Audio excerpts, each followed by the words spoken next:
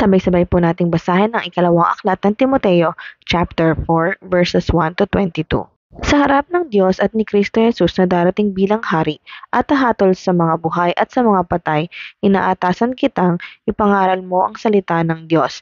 Pagsikapan mong gawin iyan napapanahon man o hindi. Himukin mo at pagsabihan ang mga tao at palakasin ang kanilang loob sa pamamagitan ng matiyagang pagtuturo. Sapagkat darating ang panahong hindi na sila makikinig sa wastong katuruan, sa halip, susundin nila ang kanilang hilig. Maghahanap sila ng mga tagapagturo na walang ituturo kundi ang ibig lamang nilang marinig.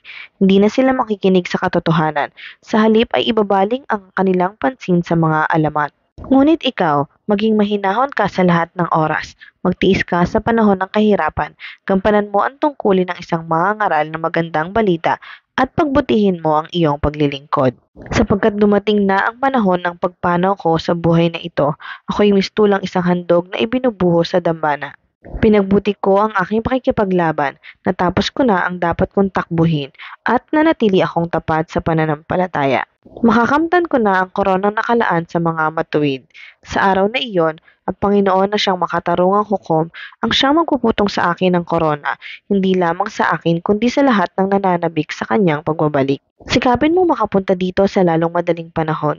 Iniwan na ako ni Demas dahil sa pagkahumaling niya sa sanlibutan, pumunta siya sa Tesalonica. Si Crescente naman ay nagpunta sa Galacia at si Tito sa Dalmacia.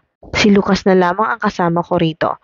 Hanapin mo si Marcos at isama mo rito sapagkat malaki ang maitutulong niya sa aking mga gawain. Pinapunta ko sa Efeso si Tikyo. Pagpunta mo rito, dalhin mo ang aking damit na iniwan ko sa Troas sa bahay ni Carpo. Dalhin mo rin ang mga aklat ko, lalo na iyong mga gawa sa balat. Napakasama ng ginawa sa akin ni Alejandrong Panday. Ang Panginoon ang magpaparusa sa kanya ayon sa kanyang ginawa. Mag-ingat ka sa kanya sapagkat tutol na tutol siya sa ipinapangaral natin. Sa unang pagharap ko sa hukuman ay walang sumama sa akin. Pinabayaan nila akong mag-isa. Patawarin nawa sila ng Diyos. Ngunit sinamahan ako ng Panginoon at binigyan ng lakas upang makapangaral ng lubusan sa lahat ng hentil at ako'y naligtas sa tiyak na kamatayan. Ang Panginoon ang magliligtas sa akin sa lahat ng kasamaan at siya rin ang maghahatid sa akin ng ligtas sa kanyang kaharian sa langit. Purihin nawa siya magpakailanman. Amen. Ikumusta mo ako sa mag-asawang Priscilla at Aquila at sa pamilya ni Onesiforo.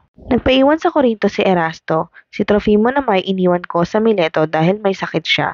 Pilitin mo makapunta dito bago magtaglamig. Kinukumusta ka ni na Eubulo, Pudente, Lino, Claudia at lahat ng mga kapatid. Naway sumaiyo ang Panginoon at pagpalain ka ng Diyos.